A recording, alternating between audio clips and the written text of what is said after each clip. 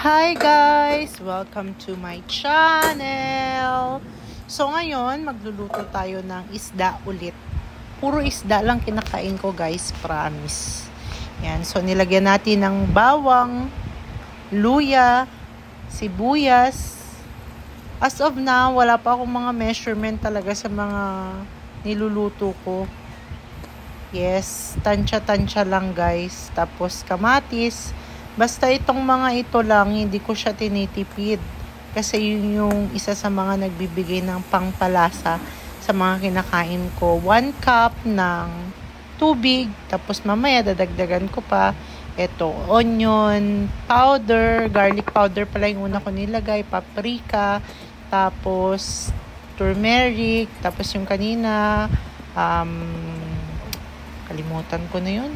Basta alam nyo na yung black pepper. Ayan. Okay, nagdagdag ako ng 1/4 na tubig. Okay, tapos papakuluin natin. Naka 20 times yung speed niyan, guys. Literal.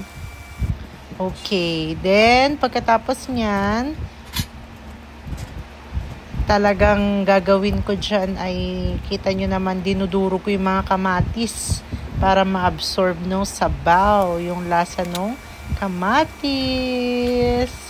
Yan, pinapakulo lang natin, and then hihiwalay ko naman yung mga kamatis. Alright, yan, hihiwalay ko siya guys.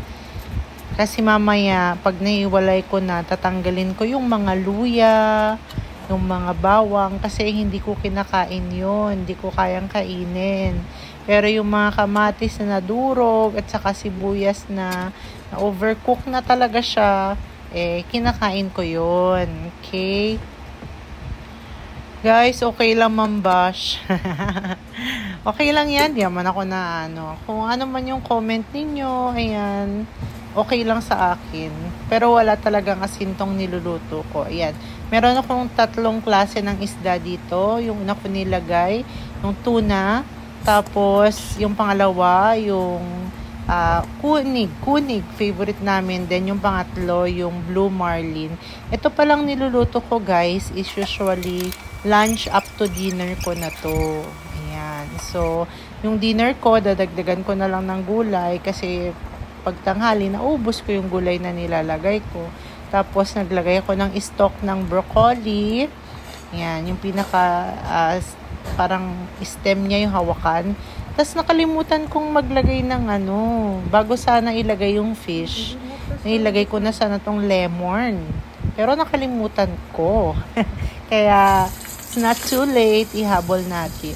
Tapos, lagay tayo ng cauliflower. Itong mga variant na to guys, talagang number 1 siya sa anti-cancer. Kaya dapat, kung meron kang C, ay talagang dapat araw-araw mo siyang kakainin. Pati cabbage, yes.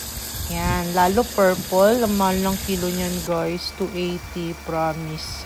Galing pa yan ng Baguio. Yan. Tapos, sisimmer naman muna natin siya. Na-overcook ko nga dito yung broccoli ko. Sayang, nag-brown na siya. Yan. Makikita nyo, ibabalik ko na yung kamatis dyan guys. Saka yung sibuyas, sinanggal ko na yung mga luyat sa bawang.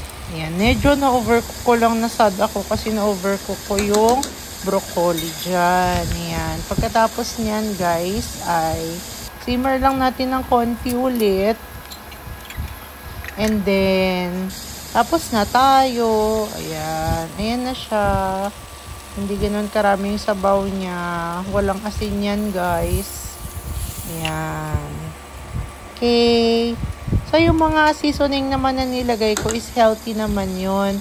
Wala lang akong food additives. Food additives pala yung tawag doon.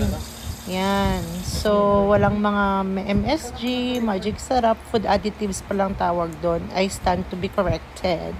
Ayan. So, ngayon naman, akala ko naman, all the way throughout, naka-record ako habang naglalagay ko ng broccoli, cauliflower, pati cabbage, pati isda, habang nililipat ko sa plato ko, yung pala hindi.